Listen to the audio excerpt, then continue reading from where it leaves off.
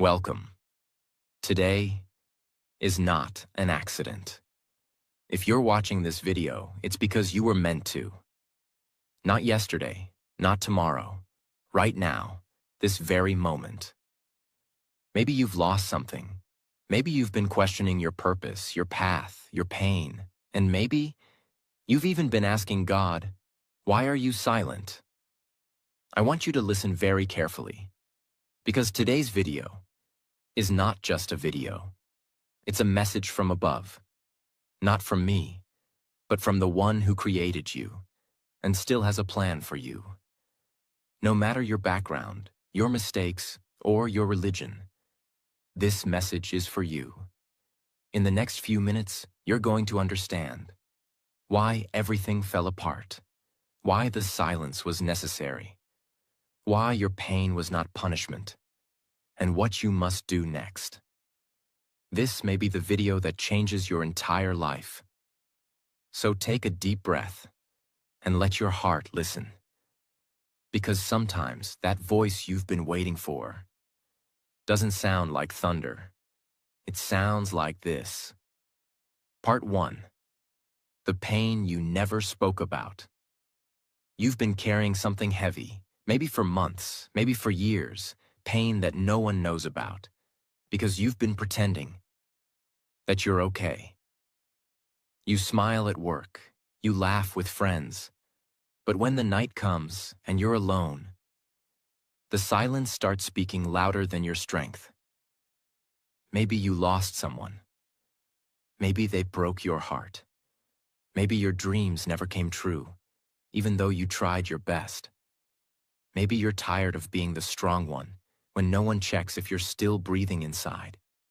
You prayed, you cried, you screamed into your pillow, and still, no answer. You thought, God, where are you? And maybe, just maybe, you started to believe, God forgot me. But here's the truth that no one told you. Sometimes God will destroy your plans, not to hurt you, but to protect you. Because what you were building was about to destroy you. You were chasing people who didn't love you. You were walking into places you didn't belong. You were holding on to dreams that were not yours to carry. And so, he removed them. Not because he was punishing you, but because he saw what you couldn't see. He saw the future. You only saw the moment. And now you're here, still breathing, still fighting. That alone is proof. You are already in the process. That's why you're alive. That's why you're watching this video. You didn't come this far by accident. He was working while you were crying. He was preparing you while you were breaking. He was listening, even when he said nothing. You thought it was over, but it was just the beginning. The pain you thought would destroy you is becoming the reason you're about to rise. And let me remind you of something important. Put God first, before success, before revenge, before anyone's opinion. Because when God is first, everything else falls into place, even if it takes time. And maybe right now, you're still afraid of the future, afraid of uncertainty, afraid of being left behind. But let me ask you something. When was the future ever certain? We worry about what we can't control, but the truth is, control was never ours. All we can do is surrender. Not give up, surrender. Surrender to God. Surrender your pain. Surrender your expectations. Surrender your timeline. And trust that what's meant for you will find you. Because it will, in a way you never imagined, from a door you didn't knock, at a time you least expect. You're not too late, you're not too broken, and you're not forgotten. You are being built, in silence, in darkness, in confusion. God doesn't show the full plan, because if he did, you'd run from it, not toward it. So instead, he gives you the next step, and then the next, one moment at a time. That's not delay, that's love. And right now, he's saying to you, just trust me. You're closer than you think. Part 2. Why nothing worked. There were moments. You gave everything you had. You worked day and night. You prayed with all your heart. You did the right thing, even when it was hard. And still, it didn't work. The relationship ended. The job didn't come. The healing didn't happen. The people you loved walked away. And deep down, you started asking, if I gave my best, if I believed so much, why did it still fail? You thought maybe God was punishing you, or ignoring you, or blessing others and skipping your name. But here's the truth. It didn't fail because you weren't worthy. It failed because it was not your destiny. It didn't work because it wasn't meant to. What you were asking for was not part of the higher plan. You were praying for the wrong door to open, and when it stayed closed, you felt forgotten. But let me tell you something sacred. Sometimes unanswered prayers are the greatest protection. You didn't fail. You were being protected. That relationship you lost, you don't know what it would have done to your peace. That job that rejected you, you don't know the trap it would have become. That person who left you, you don't know what God saw behind the curtain. You were crying over a broken plan, but God was busy building a better one behind the scenes. You see, He's not just the God of your today, He's the God of your forever. You only see the moment, He sees the entire map. So when you were crying, He wasn't silent to hurt you, He was silent to lead you. You don't build a strong house on weak ground. So He removed what was unstable. He delayed what wasn't ready. He broke what was about to break you. And that's why nothing worked. Because something better was being shaped inside you. You wanted change around you, but God wanted transformation within you.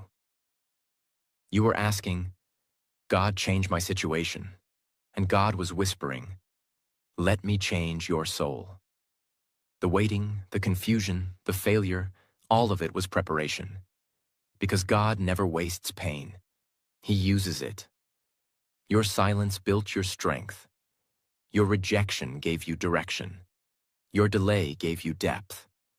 And your heartbreak gave you heart. You were not being punished. You were being prepared. Prepared for something bigger, something deeper, something permanent. Let me say something clearly, for the person watching this in silence right now. You didn't do anything wrong. You did your best, and it didn't work because it was not supposed to. You're not being left behind.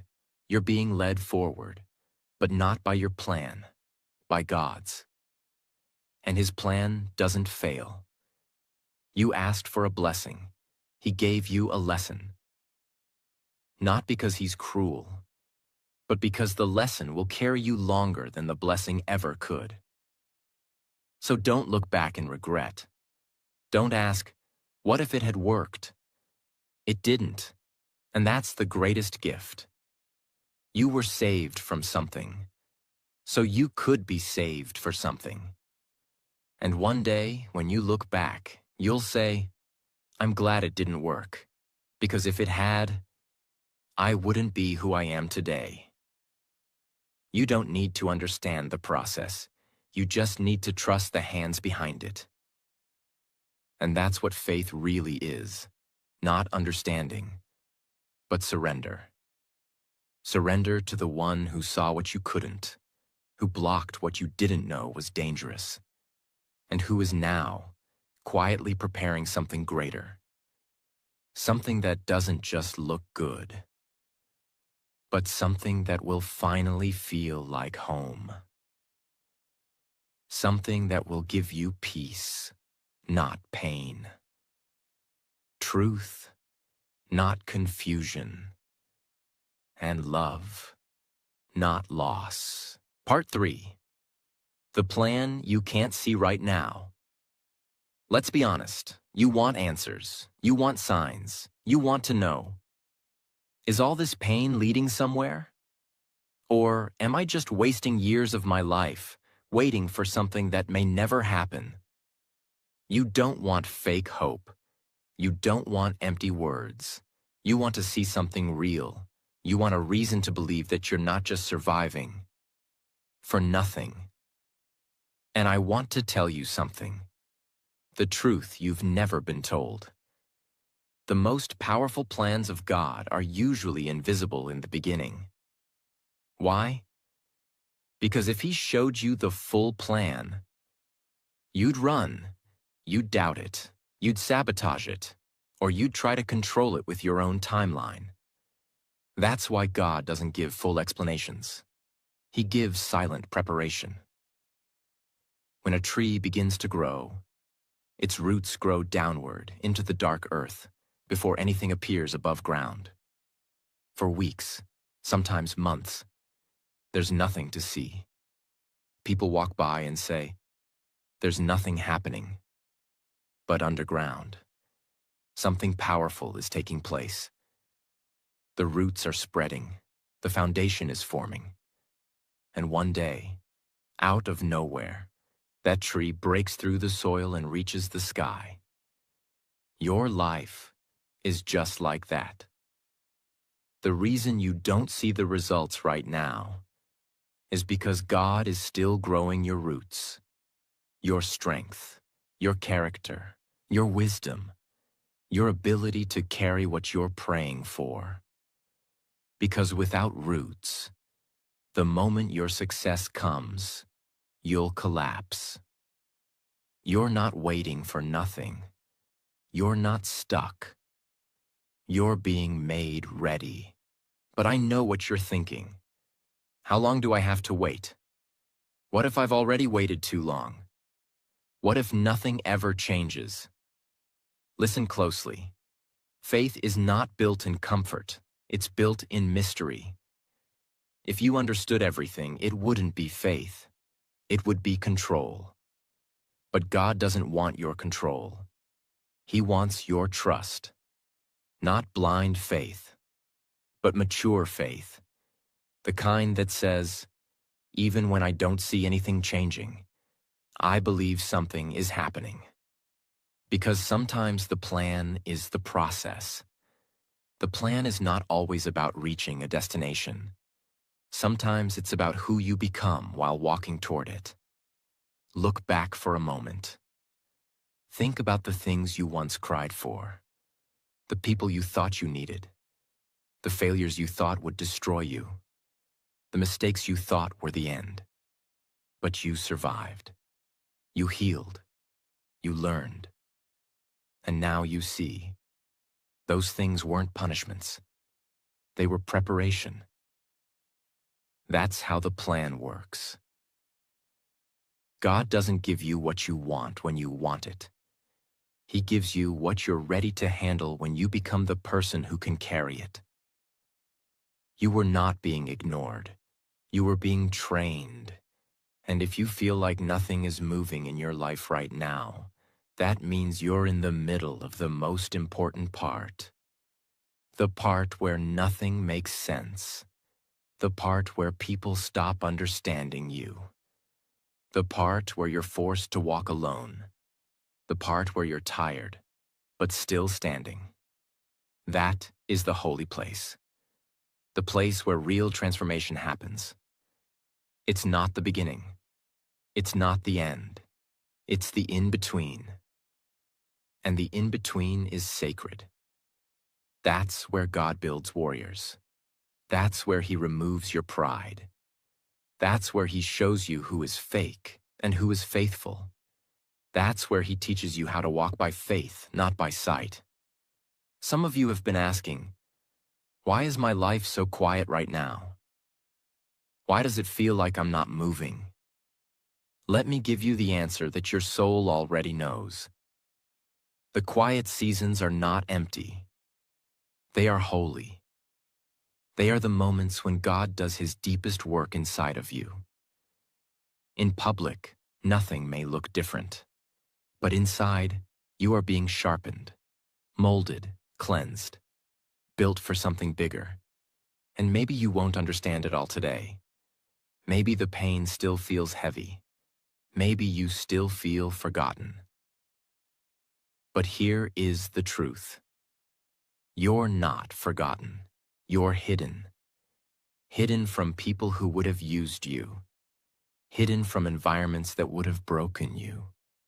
Hidden from timing that would have crushed you. You are not behind. You are being positioned. Positioned for something that requires more strength than you had before. And that's why the plan is invisible right now, because it's not finished yet. God doesn't show half-finished work.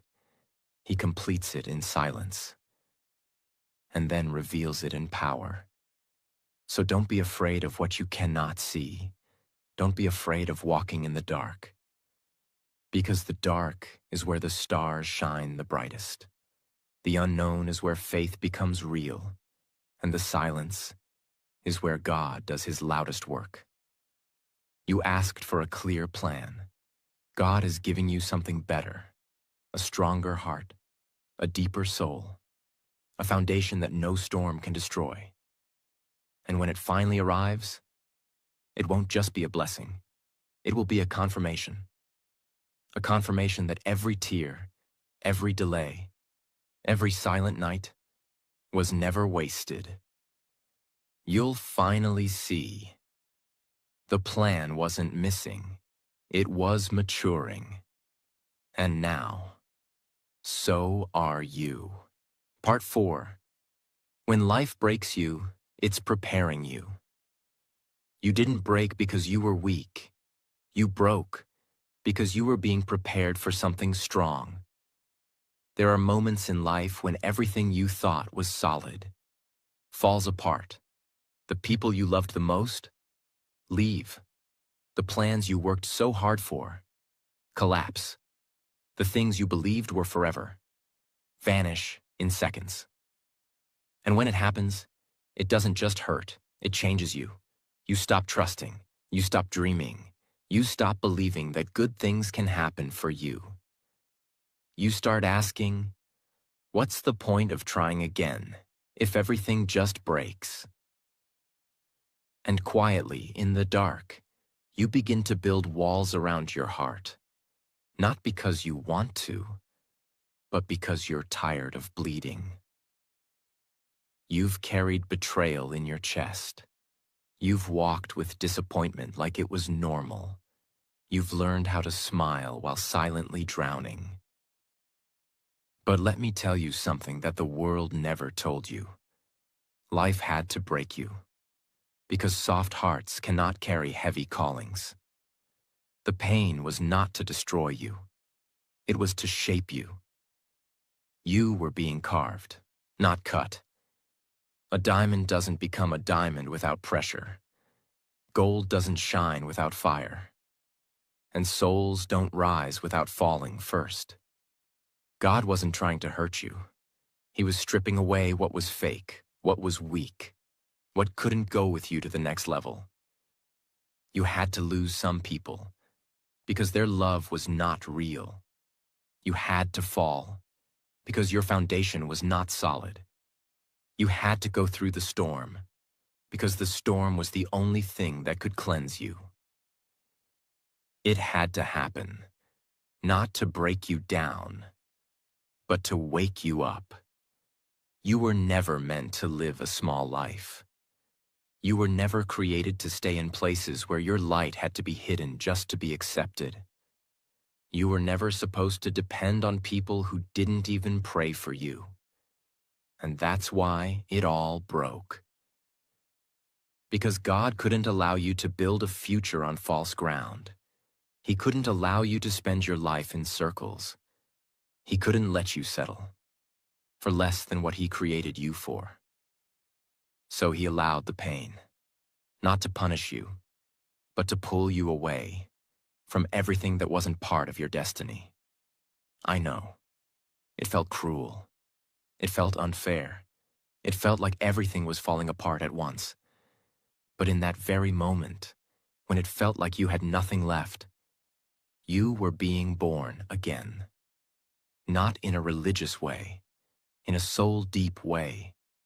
The old version of you, the one that begged to be loved, the one that needed approval, the one that feared being alone. That version had to break, so the real you could rise. The one who walks in faith, the one who doesn't need validation, the one who trusts what God is doing, even when nothing makes sense. Sometimes the pain doesn't go away quickly. Sometimes the process feels endless. But that's because something deep is happening inside of you. You're not just recovering. You're rebuilding. You're learning how to protect your peace, how to love yourself without begging others, how to choose growth instead of comfort, how to be still and still be strong. You see, when life breaks you, two things can happen. You can become bitter, or you can become blessed. The pain can harden your heart, or it can open your spirit, and the choice is yours. But if you're watching this right now, if you made it this far, then maybe, just maybe, your soul is ready to choose healing. You didn't come this far to stay broken. You didn't survive the fire just to return to who you were before. You came this far because something in you refused to quit. Something in you kept whispering, "This isn't the end. I don't know how, but I'm going to rise again." And here you are. You're not perfect. You're not fully healed. But you're still here. And that means you're not defeated. You're being reshaped. Broken dreams don't mean your purpose is over. They mean your old direction has ended, and a new one is beginning. You're being given something you didn't ask for: strength, vision, patience, discernment, and above all, faith. So if life broke you, if people hurt you, if everything fell apart and you don't even recognize who you are anymore, then know this: you are right where you need to be, in the middle of transformation. And when you rise from this season, you won't just be stronger. You'll be clearer, you'll be calmer, you'll be called, not by the world, but by the one who allowed the breaking, so he could rebuild you with nothing fake left inside. Don't be ashamed of your brokenness. It's your testimony. It's your rebirth. The most beautiful souls are not the ones who never bled. They're the ones who bled and still chose to love again. You are not broken beyond repair. You are being rebuilt for a purpose beyond understanding. And one day, you will look back and thank the pain. Not because it was easy, but because it led you to become the strongest version of yourself, the one you were always meant to be. Part 5. God was working in silence. Always. There's something sacred about silence. It doesn't feel like love. It doesn't sound like comfort. It feels like being abandoned, like being ignored, like no one cares, not even God. And maybe that's where you've been lately. Praying and hearing nothing, hoping and seeing nothing, holding on while everything slips through your hands. You whispered, "God, where are you? Why are you letting this happen to me? Why do I feel so alone?" But here is what your pain never told you. He was there, always, not in the noise, not in the thunder, but in the stillness, in the quiet, in the invisible places where faith is born. Because the greatest miracles do not make a sound. A seed breaks open in silence. A heart begins to heal in silence. And God often moves in silence. While you were breaking, he was building. While you were losing, he was removing what couldn't go with you. While you were crying, he was collecting every tear.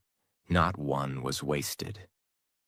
You thought he forgot you, but in reality, he was protecting you.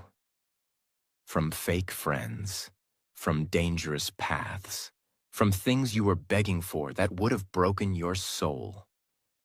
He didn't say yes, because he loved you too much to give you what you weren't ready for. And now, you're stronger, not because the pain stopped, but because you didn't. You're here, not by accident, but by divine timing. Still breathing, still hoping, still standing, even after everything tried to bury you. And you've come to this moment for one reason: to finally understand that you were never alone. That even in the deepest valley, even when no one called, even when you had nothing left to give, God never left your side. Not once, not for a second. He let you fall, but not to the ground. He let you break, but only to rebuild you without the lies. He let you feel lost, so you would stop looking around and finally look up. Because the truth is, you were depending on things that could not save you. And now, you're being called to something greater. Not comfort, not safety, not approval, but purpose. So what do you do now? Now that you've seen the truth? Now that you know the silence wasn't the end? It was the beginning? You do the one thing the world fears. You surrender. Not give up. Not run away. But surrender. Your need to control. Your need to understand everything. Your fear of the future. Your anger about the past. You take your broken pieces and you place them in God's hands. And you say, I don't know what's next, but I trust you with everything. And then you begin again, quietly, slowly, but this time, with peace. You stop asking when. You stop begging why. You stop comparing your timeline to others. You stop chasing what was never meant for you. And you start walking, not with answers, but with faith. Faith that what's for you will not miss you. Faith that closed doors were not rejection, but direction. Faith that the silence was not abandonment, but protection. And every day, you do the only thing you were created for. You put God first. Not success, not relationships, not opinions, but the one who gave you this breath and trusted you to carry this pain for a reason.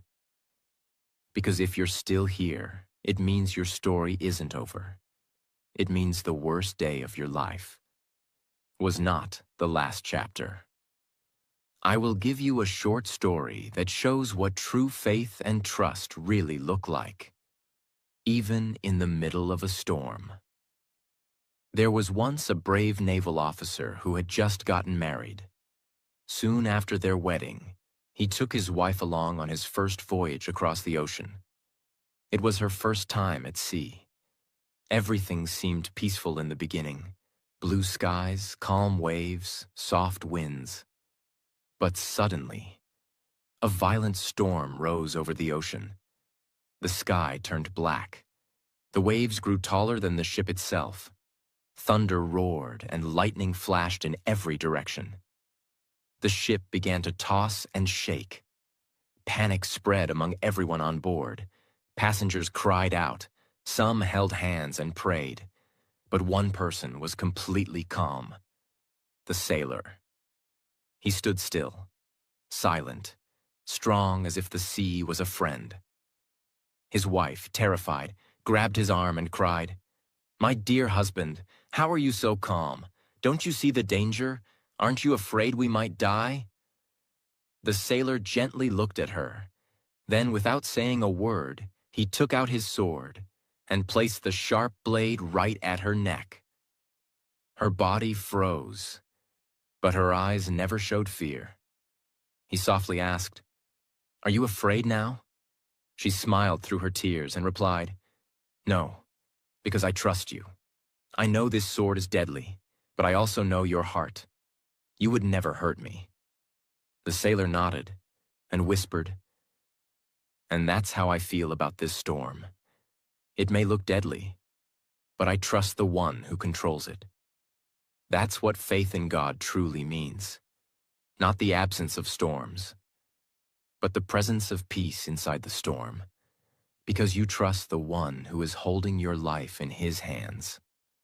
It doesn't matter how dark the sky gets, how loud the thunder roars, how high the waves rise. If you trust God the way that wife trusted her husband, you will not be afraid. Not because the situation is safe, but because his love is stronger than the storm. Hear this. What should you do next? Here are 4 truths to carry forward, not as tips, but as commands from love itself. 1. Stop fighting your past. Let it go. It's done. You don't need to fix what already fell apart.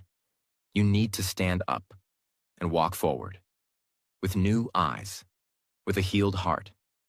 2. Focus on your work, not the outcome. Forget about victory or defeat. Concentrate on your duty. Stay faithful in the task, not obsessed with the result. Obedience brings miracles. Discipline invites peace. 3. Surrender your future. It was never yours to control. The future is always uncertain. Then why waste your soul worrying about it? Stay present. Stay faithful. Let God open the doors meant for you, in His perfect time. 4. Never forget this. Sometimes God will destroy your plans, because He saw they were about to destroy you. Don't cry over broken plans. Celebrate the divine rescue. You've been through enough. You've carried enough. Now, it's time to rise, not with force, not with anger, but with faith. Faith that you are not behind. Faith that nothing you went through was wasted. Faith that every prayer was heard. And faith that something beautiful is on the way. Something written just for you. You may not have seen the full plan, but now you've seen enough to believe. God was working in silence, not behind your back, but behind the scenes, not to delay your blessing, but to prepare you to hold it. And when it comes, you'll be ready, not because you understood everything, but because you walked through the fire and refused to give up. So keep going, with peace in your chest, with light in your soul, and with the quiet confidence that God still has a plan for you. If you stayed till the end, then this message was meant for you, not just to watch, but to remind you of something powerful. You are not alone. You are not forgotten. You are not too late. God is still writing your story, and the next chapter will be more beautiful than you ever imagined. He will give you peace that no one can take. He will send blessings you didn't even ask for. And one day soon, He will give you something you never imagined, but always deserved. So don't lose hope. Keep going. Keep trusting. And no matter how silent it feels, remember, He is closer than ever. I pray that you heal where no one sees. I pray that you are guided when you feel lost. I pray that you receive everything your soul has been waiting for. May God bless you with a peace that doesn't make sense and a future that feels like home. If this video touched you, if it gave you even one answer, one tear, or one breath of peace, then I'm here. Whatever you want to ask me in the comments. I read them, I reply to them, and I'll be here as long as you need. And before you go, just remember this one thing. God is not finished with you. What's coming is something so beautiful, you can't even imagine it yet. Chapter 1. The Real Problem. You open your book.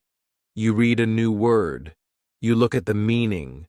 You say the word out loud. You write it in your notebook. You even make a sentence. But 1 week later, the word is gone. You don't remember it. It disappears from your mind like it was never there. Why does this happen? Many English learners feel the same. They say, I study every day. I write new words. I make flashcards. But I forget the words again and again. What is wrong with me? The answer is simple. Nothing is wrong with you. The problem is not your memory. The problem is the method. You are learning in the wrong way. Let me tell you about a student. Her name is Mariam. She is from Egypt. She has been learning English for 4 years. She has finished 3 grammar books. She has a notebook full of words. But when she speaks, she forgets everything. She cannot find the right word. She becomes nervous. She says, I know this word. I studied it. I wrote it. But now it is gone. This is not only Mariam's problem. Many students around the world study like this. They read a word once. They translate it. They write it. They think they have learned it. But they didn't really learn it. They saw it. That's all. The word never entered their long-term memory. You see, there are 2 types of memory: passive memory and active memory. Passive memory means you understand the word when you see or hear it. Active memory means you can use the word when you speak or write. Most students build passive memory. They understand many words when they read or watch a video, but when they speak, they cannot find those words. Why? Because those words are not active. They are sleeping in the brain. Now here is the big mistake. People think if they write a word 5 times, they will remember it forever. But that's not true. Writing a word 5 times will not make it stick. Reading the meaning 1 time will not help you remember. Using a dictionary for every new word is not real learning. It's just information. And your brain forgets information very fast if it is not useful, interesting, or repeated in context. There are also psychological blocks. Many students are afraid to make mistakes. They want to be perfect. So they wait. They wait to speak. They wait to use new words. They keep studying, but they don't practice. And what happens? The words fade away. They vanish. Because your brain does not keep what you don't use. Let me share another story. There was a student in my class. His name was Diego. He was from Mexico. Diego said, I hate vocabulary tests. I always fail. I remember the words before the test, but after 1 day, I forget everything. I asked Diego, what do you do after the test? He said, nothing. I just wait for the next one. That was the problem. Learning is not for tests. Learning is for life. If you learn a word and then forget it, that is not real learning. Real learning means the word becomes part of you. It lives in your mouth. It comes out when you speak. It feels natural.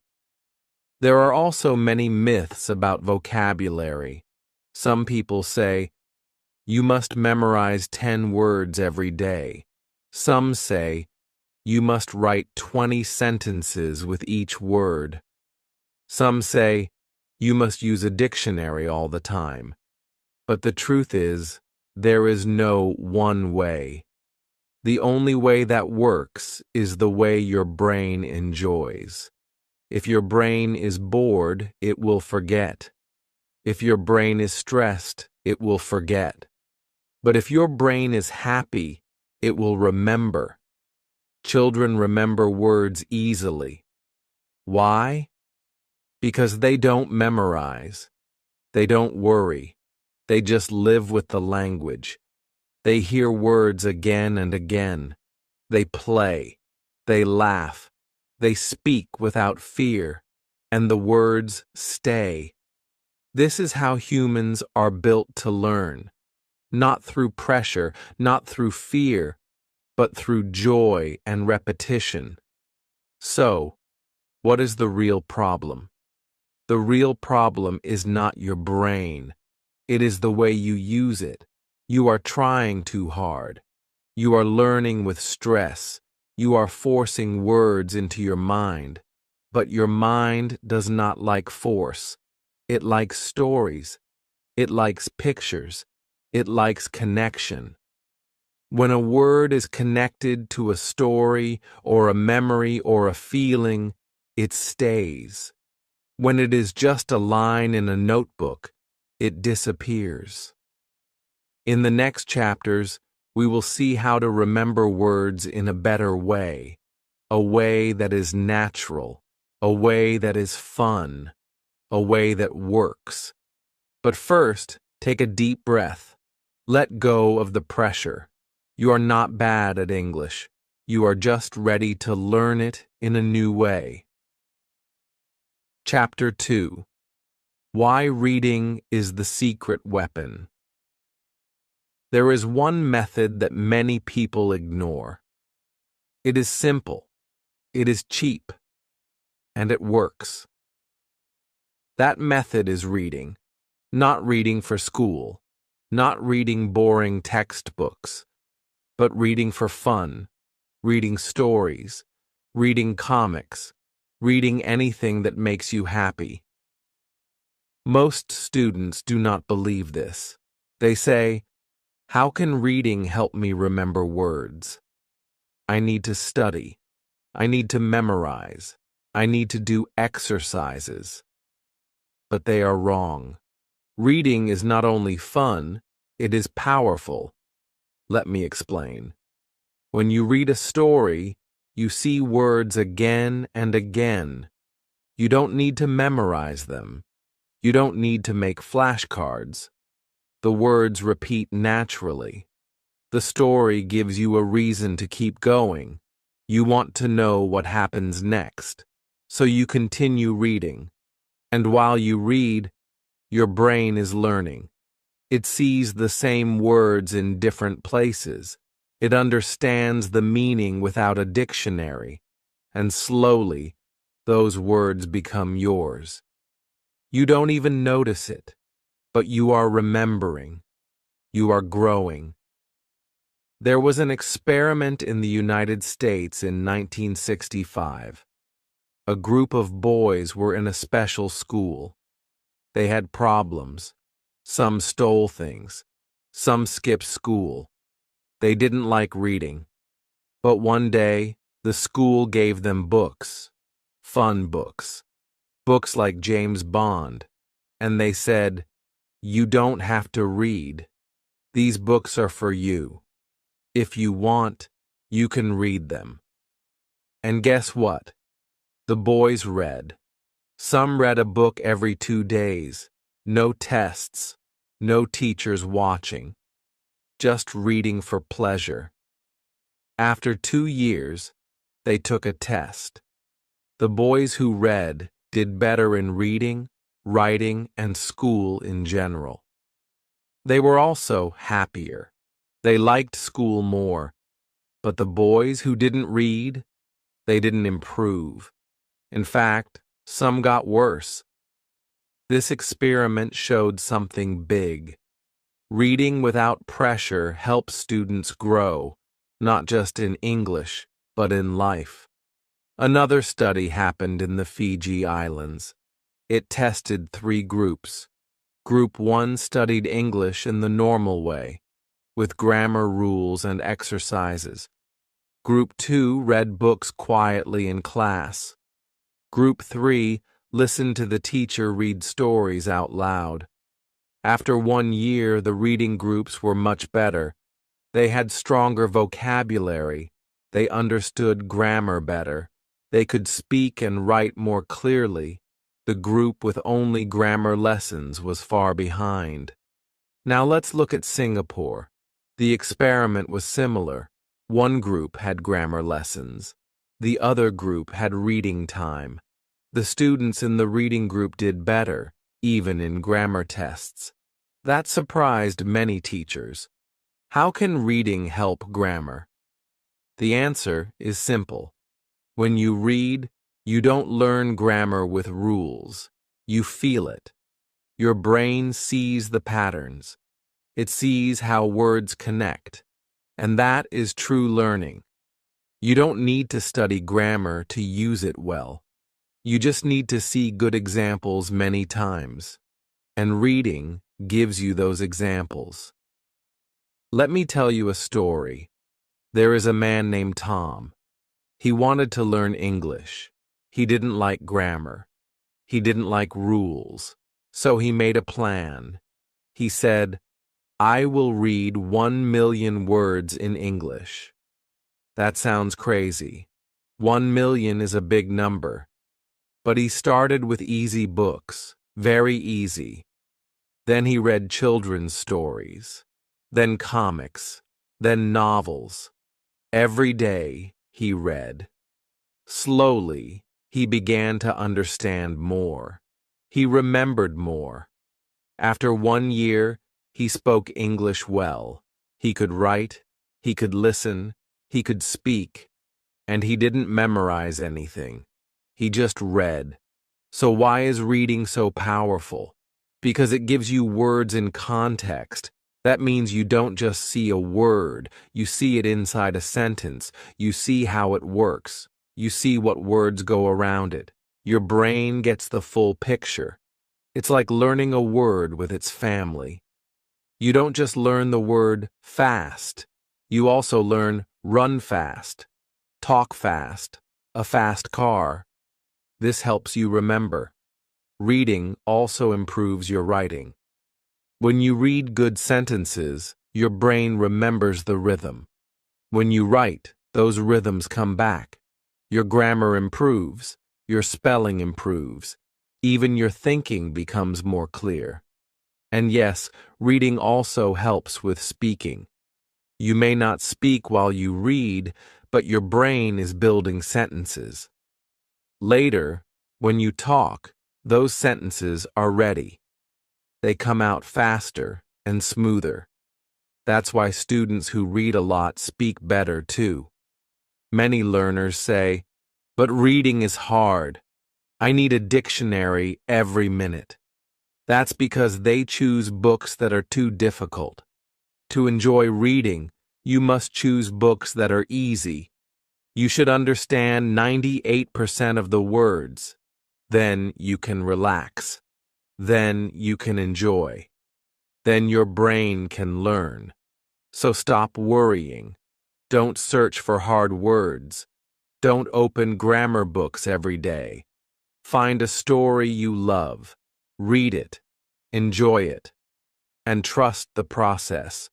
Reading is the secret weapon. It will teach you more than you ever imagined. Chapter 3. How words stick naturally.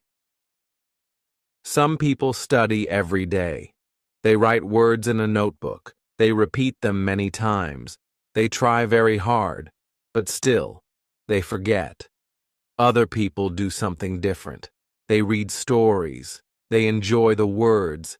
They don't memorize, but they remember more. Why? What is the secret? The answer is simple. The brain does not like pressure. It does not like boring rules. It likes patterns. It likes pictures. It likes emotions. That is how we remember. Not by force, but by feeling. Not by studying, but by living with the language. This is called natural learning. When you were a child, how did you learn your first language? You didn't use a notebook. You didn't make flashcards. You didn't study grammar. You listened. You watched. You heard words again and again.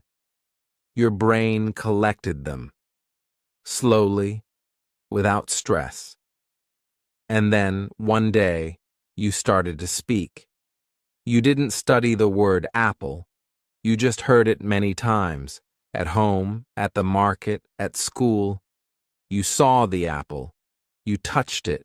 You tasted it. That is context. That is real learning. Now let's talk about repetition. But not the boring kind. Not writing a word 10 times. Not saying it in a loud voice again and again. That kind of repetition does not work for everyone. It is stressful. It is dry. Your brain does not enjoy it. So it forgets. But when you read, repetition becomes natural. You don't try to repeat. It just happens. For example, you read a story. A dog runs fast. Then the boy says, he is a fast runner. Then later, she drives a fast car. Now the word fast appears again and again, but each time it is a little different. Your brain sees the word in action. It starts to understand how to use it. This is how words stick. They grow inside your brain like small seeds. The more you read, the more they grow. This is called absorption. You absorb the language like a sponge. You don't chase it. You don't fight it. You just let it come to you. It's the same way you enjoy a song. You don't study the lyrics first. You listen again and again. Then suddenly, you know the words. You sing along. You don't try. It just happens. That is how the brain works when it's happy. Now let me tell you a story. There was a man who wanted to learn Spanish. His name was Robert. He tried many things. He took classes. He did grammar exercises. He watched videos. But he still could not speak well. He forgot words. He felt lost. Then one day, he decided to try something new. He said, I will read 1,000,000 words in Spanish. 1,000,000 words. That sounds impossible. But Robert had a plan. He started with very easy books, children's books, comics, short stories. He read every day. He didn't stop to look in the dictionary. He just read. If he didn't understand a word, he kept going. Slowly, the words became clear. Slowly, the grammar made sense. After a few months, he read longer books, novels, magazines. He listened to podcasts with transcripts. He counted every word he read. 1 year later, Robert tested himself. He could read almost everything. He could write clearly. He could understand when people spoke slowly.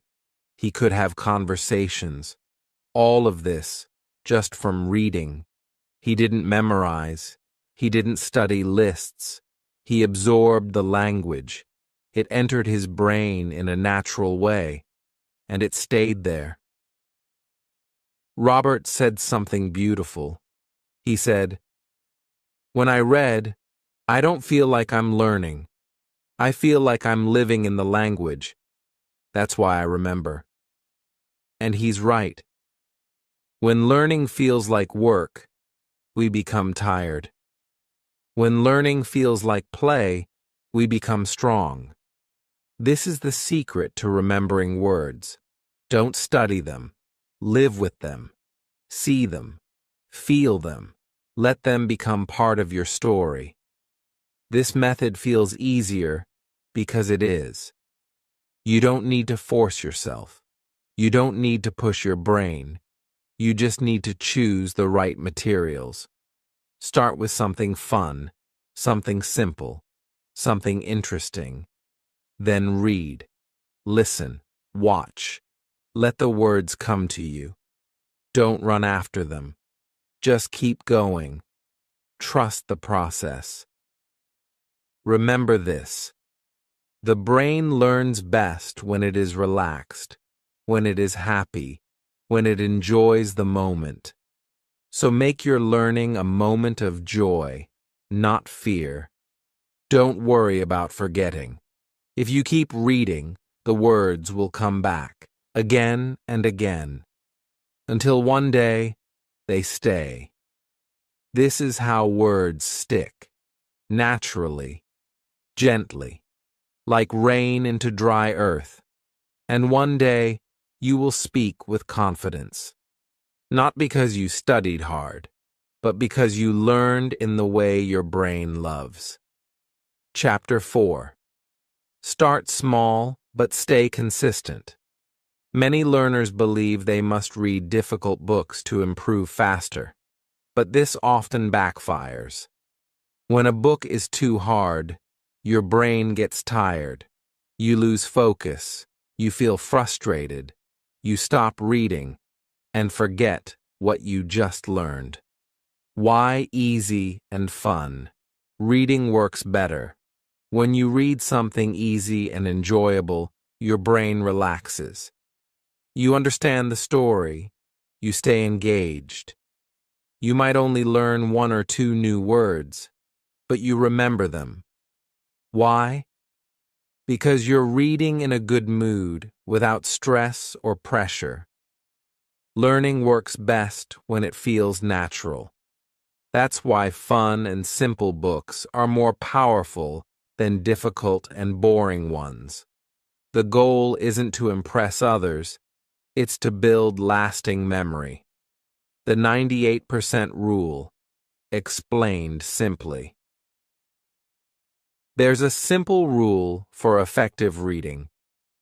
You should know 98% of the words in what you're reading. Only 2% should be new. That may sound high, but here's why it matters. Example: 90% versus 98%. Familiar words, 90%. Familiar, too hard. Lena flirted out of bed and glamped the curtains. She spibbled happily as she made her snore fast. The vibbler made a sound. She blurted it off. This sentence has too many strange words. It's confusing. Your brain is overloaded. 98%. Familiar, just right. Lena jumped out of bed and opened the curtains. She smiled happily as she made her breakfast.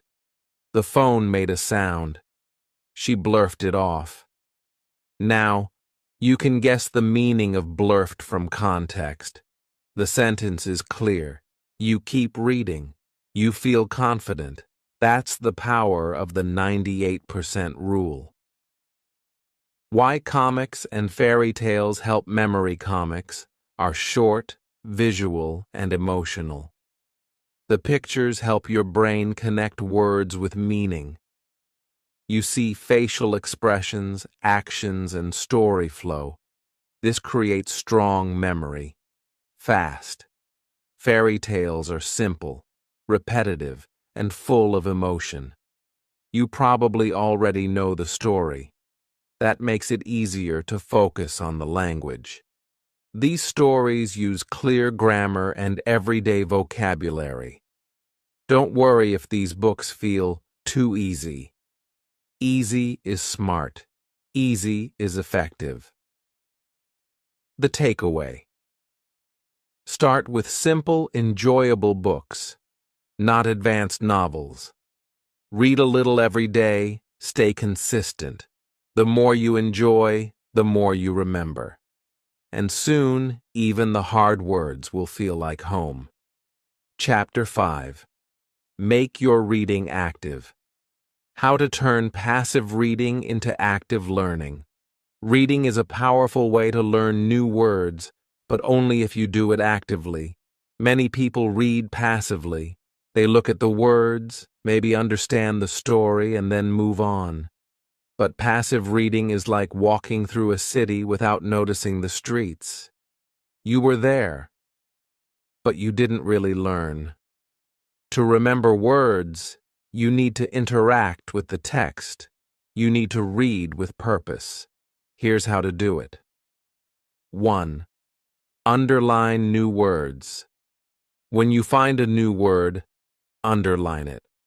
Don't stop and grab a dictionary every time. Just mark it and keep reading. After you finish a paragraph or a page, go back. Try to guess the meaning from the sentence. Then check if you were right. This trains your brain to pay attention. It also helps you build guessing skills, which are important for fluency. Second guess from context. Let's say you read, "The sun was setting and the sky turned a deep crimson." You may not know crimson, but you can guess it means a color, probably red. This is called context guessing, and it's one of the best ways to learn new words naturally. Your brain builds connections instead of just memorizing. 3. Reread the same story at a higher level. One great trick. Read the same story at different levels. First, read the simple version, like a children's version or a graded reader. Then, find the full version, maybe from a novel or classic text. Because you already know the story, your brain focuses on language, not the plot. You notice how words and sentences change. This makes learning faster. The story stays the same, but your understanding grows. 4. Use audiobooks with transcripts. Listening while reading is a powerful memory tool. Choose an audiobook that has a written transcript, the full text. Follow along as you listen.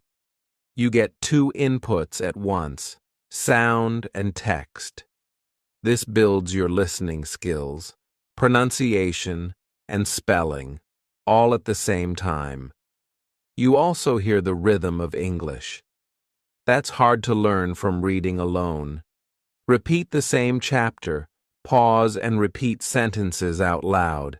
This helps lock words into your long-term memory. 5. Rereading builds memory. If you read something once, you might forget it. If you read it 3 times, you start to remember. If you read it 5 times, it becomes part of you. Rereading is not boring when the material is fun and meaningful. It's actually a secret weapon for vocabulary and grammar. Each time you reread, you notice more details, and your confidence grows. Make reading a habit, not a task. Active reading turns stories into lessons, but it doesn't have to feel like homework. It should feel like a discovery. Just 15 minutes of focused, active reading can teach you more than hours of passive study. So next time you read, don't just move your eyes over the page. Mark words, guess meanings, reread, listen, speak. Make the text come alive, and the words will stay with you.